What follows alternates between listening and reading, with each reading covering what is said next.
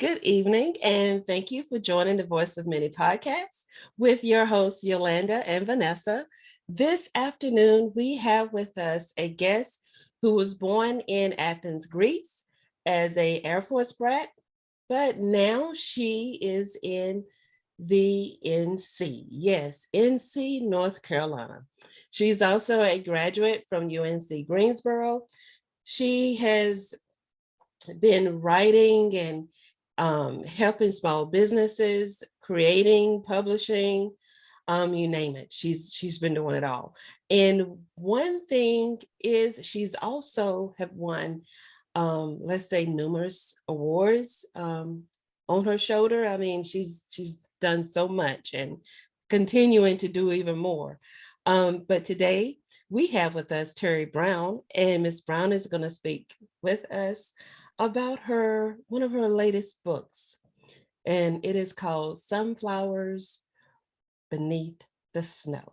Welcome, Miss Teri. How are you doing today? I'm doing great. Thank you so much for having me on the show. Oh, it's a pleasure. It's a pleasure having you. And let's just dive in. Talk to us about this book, this wonderful All book that right. you have. All right. So, Sunflowers Beneath the Snow is a historical fiction, and it is ironically set in Ukraine. And it came out in January, right before Russia invaded Ukraine. So it is incredibly timely. It follows three generations of women. It starts in 1973, during the time when Ukraine was still part of the Soviet Union. And we follow it all the way through to 2016, 2 years after Russia invades Ukraine for the first time back in 2014. Wow. And so the book kind of starts with the idea that there's a husband and a wife, and the husband he's got kind of a rebellious streak to him, and he wants Ukraine to be free, and the Soviet Union, of course, doesn't want anything like it. And so he's doing a little bit of spying, and he gets caught, and he has a choice of either dying or being whisked away, and he chooses to leave. But in doing so, he leaves his wife and daughter. And that's kind of where the story really starts. And then we follow his wife and then his daughter and eventually his granddaughter as they kind of go through life in Ukraine through these different periods of time in the Ukraine. And it's so ironic to where now we're talking about your book and we see the second invasion of Ukraine taking place. I tell So everybody it's really crazy that it's a historical fiction that is also yeah, ripped from the headlines. It's wow. And and then too, you think about how many families have been separated as a result of what is happening now. And it ties in with your book even more. Where a lot of the men stayed back to fight while the women and the children went ahead. So it's really ironic. And it what, is. I've had people ask me, how did you know? And it's like, yeah, no, no. So I was telling you earlier, I got the idea for this story in 2016, and I didn't write it until 2018, and I didn't get it to a publisher until 2021, and then it came out in January of 2022. So the timing is truly just coincidental, crazy. I think yeah, crazy would be the yeah. right word. Um, but I'm really thankful that it came out when it did, because I think that it's going to give people, when they read it, I've been told that it helps people understand kind of the background of, what is going on, that Russia is invading now. Give you Yeah. kind of a background understanding of the relationship between these two countries. And then the other thing that it does is, we live here in the United States, and it's really easy to see this war as just something that's happening over there, far Right. away, and yes, it affects us to a small degree, but really you and I get up in the morning and we eat our breakfast and we head about our day, and Mhm. we hear about it on the news, and I'm not saying we don't feel, but it isn't anything that truly touches us.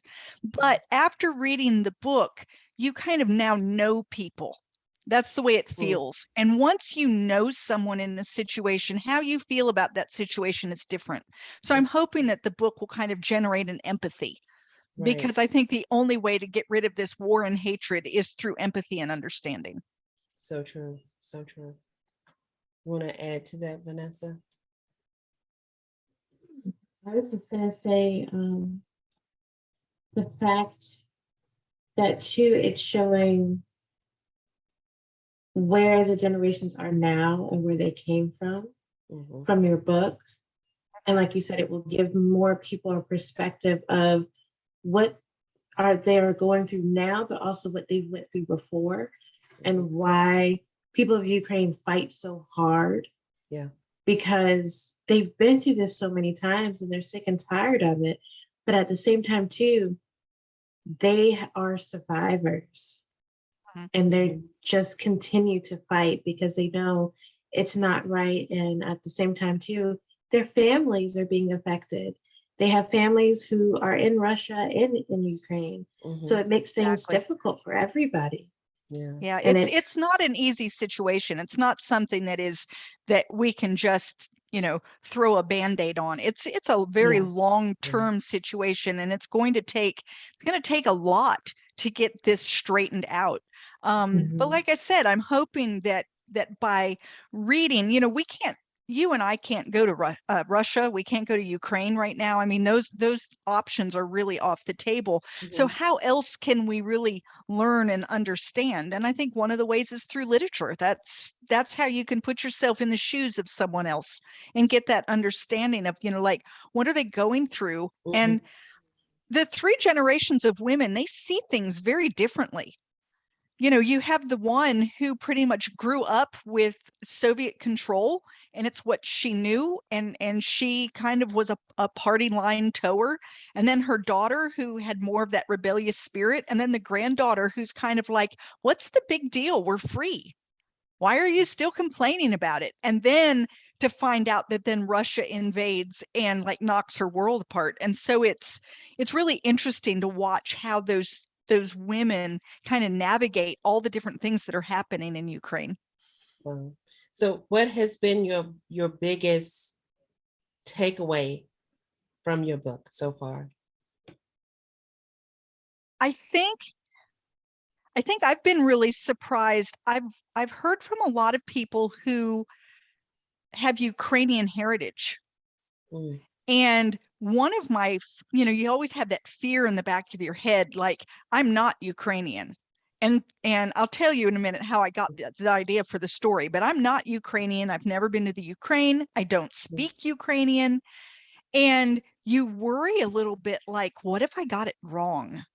Like what if my idea wasn't right? I did a lot of research, but what if I got it wrong? But I've been hearing from people with Ukrainian heritage who have told me that's exactly it. That's what my family lived. And so I think the big takeaway for me is that, it is as accurate as a fiction book can be. It's not a history book. But it is historical fiction, and I really did my best to try to keep the history as true as I could, given that I had fictional characters. So, and go ahead, tell us about, you said you're going to tell us more about how I came up with the idea. I was going to ask that.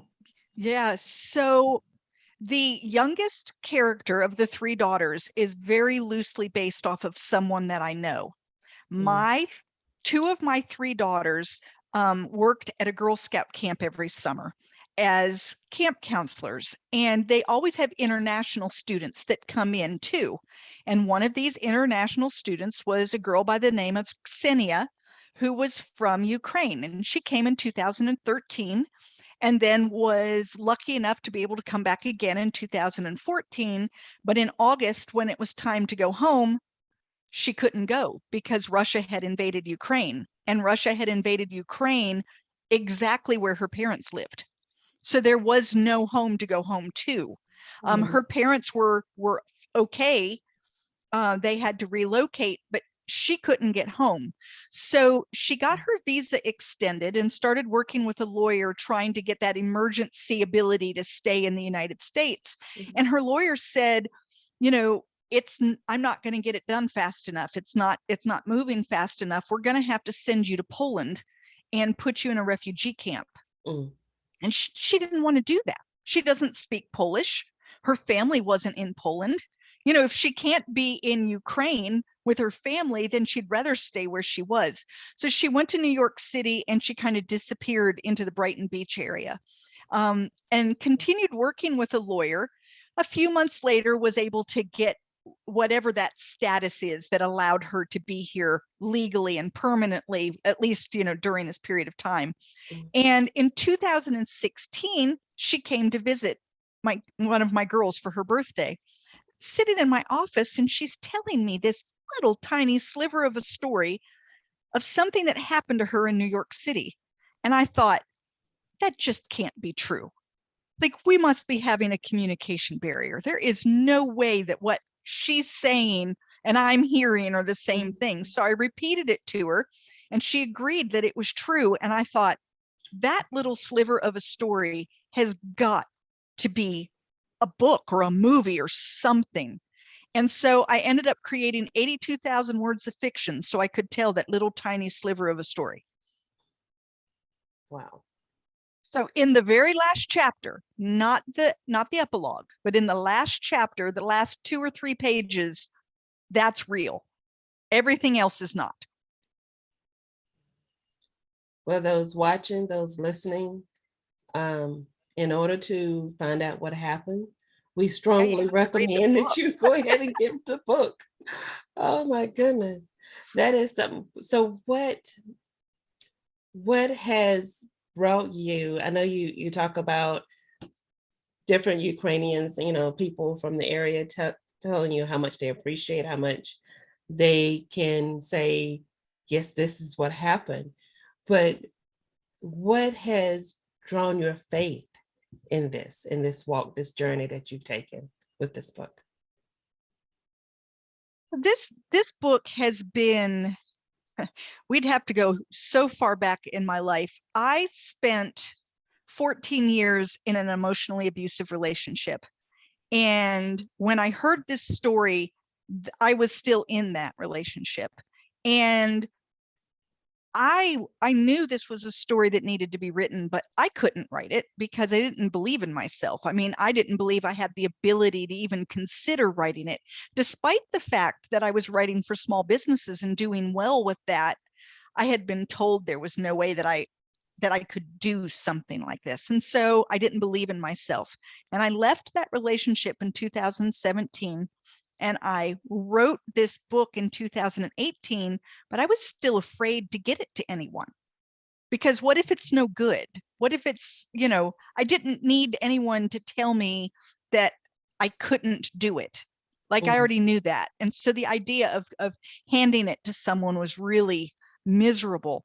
So I ended up remarrying, which is like a whole podcast all in itself, because I was never having another relationship. You know, I was done with all of that. And but I got remarried, and my husband had always wanted to ride across the United States on a tandem bicycle. So, or on a bicycle. We ended up doing it on a tandem.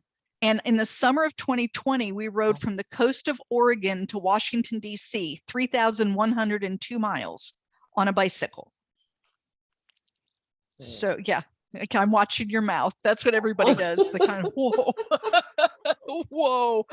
And I wanted that experience because I felt like I wanted to prove to people that I still had something in me, you know, something more. And really, I think that I needed to prove to myself. And when I got home from that trip, I realized I can do anything. I'm capable. And I turned my book into a publisher and it got accepted. And so I think that for me, it's been a whole journey for me. And it's not so much about the book as it's about the changes in me, where I've realized that I am capable of doing anything I set my mind to. And the question now isn't, can you do it, but do you want to? So true. So true. So true. So how can those who are watching and listening get a hold of your book? So my website is www.terimBrown, and that's Teri with one R.com. The book can be purchased there, and if you purchase it through my website, then I can go ahead and sign it and send it on to you. You can get it on Amazon. You can get it on Barnes and Noble, pretty much anywhere that you can get a book. You can get Sunflowers Beneath the Snow. You can also follow me on all of my social media. All of that is at my website. It's very easy to find. I made it, big and bold. You can't miss it. And we'll definitely make sure that those watching as well as those that are listening have access to all of your sites. And so they can purchase your book and find out what happens on those last few pages. That's true. And remember, Mother's Day is coming up. Oh, yes, it is.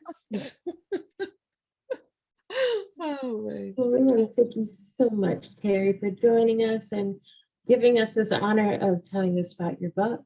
Well, thank you for having me. I really enjoy being on a podcast and talking with people and letting them know, my story and what's going on with the book. And like I said, I really hope that people can understand that, we need to be thinking about Ukraine and doing what we can to support them. Yes, so very true. So very true. Again, And for those of you who are watching and listening, please don't forget to follow us on our social media pages. And please don't forget to hit that like and subscribe button, as we don't want you to miss out on any of our great guests or great topics. We want to thank you all for tuning in, and we will talk to you all later.